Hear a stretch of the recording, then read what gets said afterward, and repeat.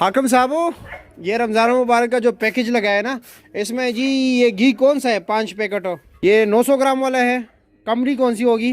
आप कौन सा दोगे ताकि मैं लोगों को भी बता सकूँ ना। सामान के नाम से यानी लोकल है। आटा 20 किलो, चीनी 10 किलो, घी 5 पैकेट, बेसन 5 किलो, मिर्च 250 ग्राम जी, हल्दी 250 ग्राम, नमक 2 पैकेट, तो चावल 5 किलो, दाल चना 1 किलो, दाल मसूर 1 किलो, सेवइयाँ 800 ग्राम, मोटे चने 1 किलो, जामे शीरीन 800 मिलीलीटर, खजूर 2 किलो, चाय की पत्ती 500 ग्राम। चाय की पत्ती कौन सी है?